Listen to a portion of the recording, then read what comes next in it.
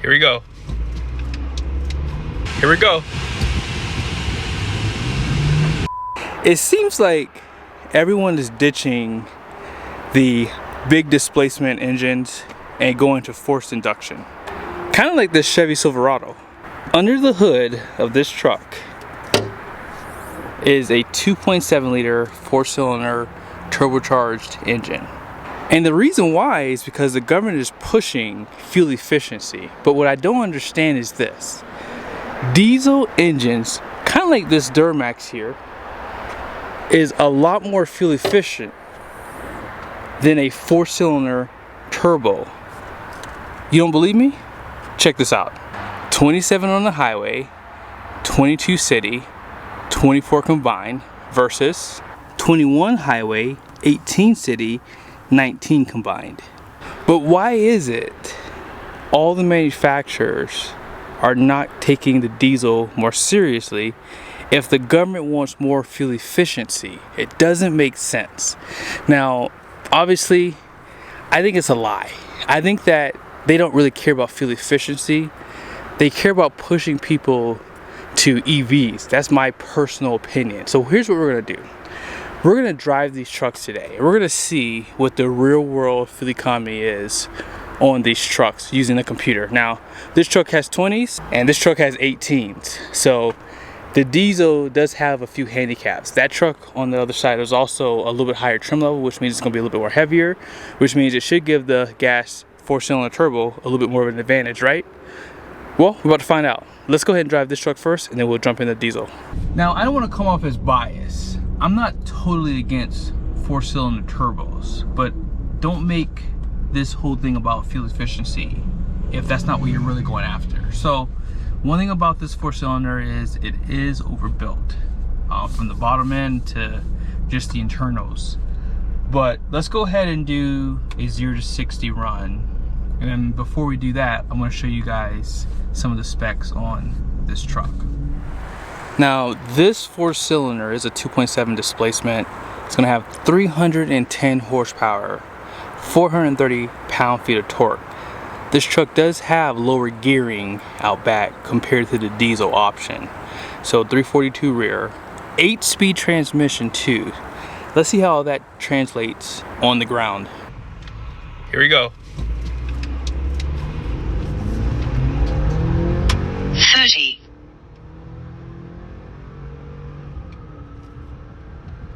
60.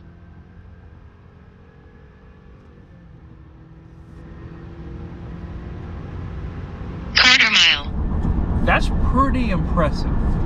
Now, this truck isn't fully broken in yet, so I'm pretty sure the boost is probably reserved until the truck gets probably 5 to 1,000 miles on it. But otherwise, I would say that's a pretty respectable 0 to 60 run. 9.5 per second. We're at higher elevation, and I mean, this is not a lightweight truck, which you'll see here in a second. But when you're just cruising, you don't know this truck's 4-cylinder. You can't really hear the engine. Even if it was an 8-cylinder, you couldn't really hear it right now when you're just cruising like this. You do hear a little bit of turbo noise coming from the turbocharger, but apart from that, I mean, this truck is peppy. It's not a slow truck. And despite the fuel economy, I mean, that's where I think this truck gets the worst reputation, in my opinion, is it's not that fuel efficient. But for what most people use half tons for, this is the perfect setup. 4-cylinder. If you're just cruising on the highway, probably at 65 miles an hour, you're not going up any grades, you probably could get on the high end of 22 to 24 miles to the gallon. But I think that's probably max, and we'll see how this truck does against that diesel. Currently right now, we're probably running in 8th gear. Speed limit's like 70 miles an hour, so at 75, we're running just under 2,000 RPMs. Now this truck does have the 342s out back, 8-speed transmission, as you guys heard. So I mean, this does run a little bit higher RPMs compared to the trucks with the 8 cylinders, because they normally have 323s out back. So here are the numbers for this truck. the axle ratings and GVWR is 7,000. Now this truck only has a curb weight of 5,045 pounds. This is a LT just like the diesel, but diesels are a little bit heavier, and the truck that I'm going to be testing against this one does have more options like leather seats, things like that. So 5,045 pounds is the curb weight, 1,955 pounds for the payload. Now as far as the noise go, let's go ahead and check that out.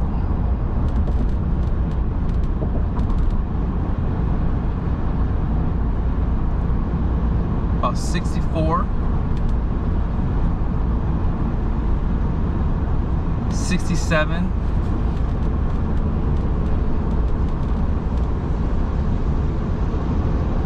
65 out back. I'm actually interested to see how it does with the diesel as well. Now I've never done a 0 to 60 test with the diesels on the half-ton side of the house, so this will be the first time you'll see me use the draggy to give you an idea of the performance. So I'm looking forward to seeing how it does. But we're about to be to the midpoint, and I'll show you guys where we are, and then I'll probably check back in once we get back to the dealership. Here we are. This is the midpoint, exit 127. So far, we're at 17.6. We're just coasting up. Only driven 5.5 miles. We'll probably get about a solid 10 to 12 on this drive. I don't know if I showed it, but yeah, it's 94 degrees today too. So yeah, this test right here, hopefully you guys can see it now, 94 degrees. This would be good to test up against the winter time as well. So maybe I'll do some testing again once it's like down to like in the 20s and 30s. Now I might have been wrong about these gas trucks, guys. I'm at 22.7, so hey, that's not bad. That is not bad. Now let's go ahead and jump into the diesel, but let me go ahead and stop so you guys can see exactly what it is. So here it is, 22.7, 12.1 miles driven.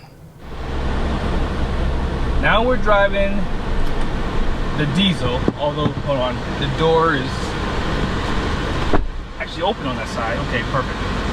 All right, so yeah, we're driving the diesel, and let's see how it does with some of the performance. So let's go ahead and check out what the power numbers are, and then I'll show you guys the run. So for 2023, this engine did get a boost in power. So 305 horsepower, 495 pound-feet of torque. They did retune the turbo, new pistons with a revised combustion bowl, and that's kind of where that power comes from. 10-speed transmission, and this truck does have a 323 rear. Now let's go ahead and check out the performance for the diesel. Here we go.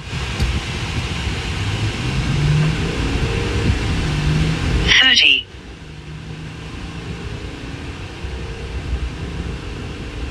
60.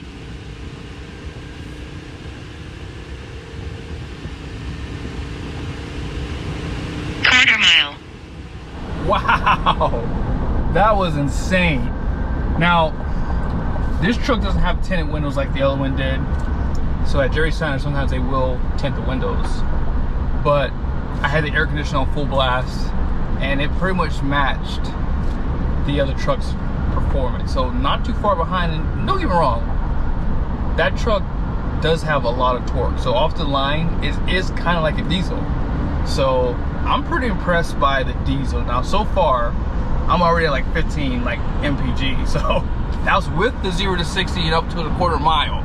I'm at 16, it's just going up steadily. And this is a diesel's playground, the highway. If you're on the highway, the truck is great gas miles or fuel miles. And if you're in the city, it's the same thing. It gets extremely good fuel economy. So let me go ahead and switch cameras. I want to show you guys some of the RPMs on this truck.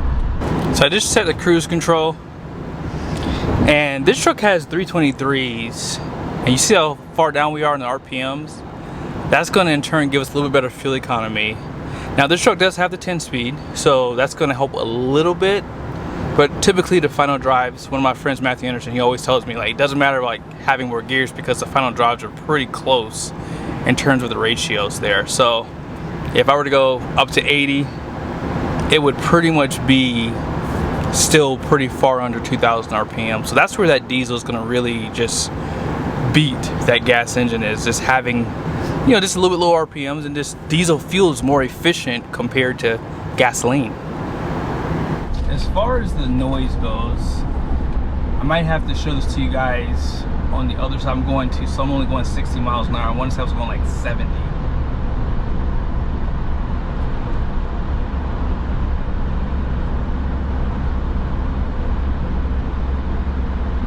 Yeah, I'm going too slow. We'll do this in a second. We're about to be to the midpoint, and what I'll do is I'll show you guys where we are for the fuel economy.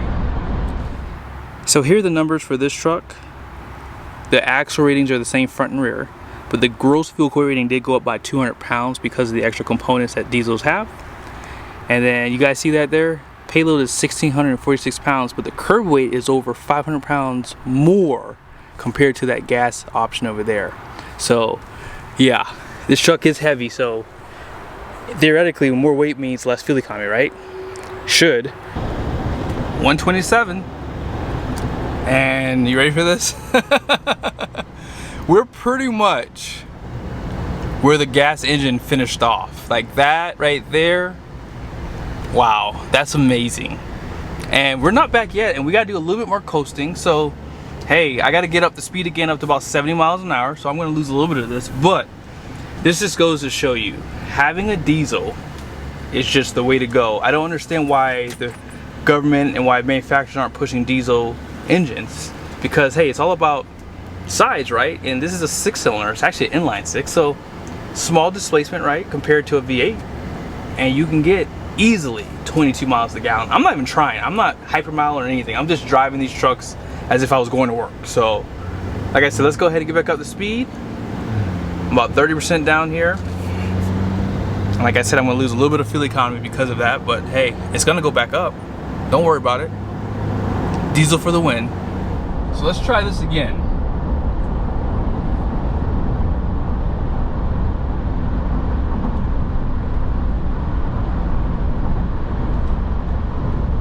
So 65, 66 actually.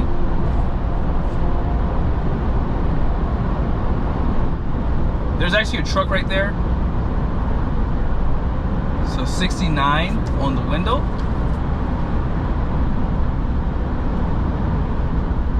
65, 66. So this truck's a little bit louder compared to the 4-cylinder.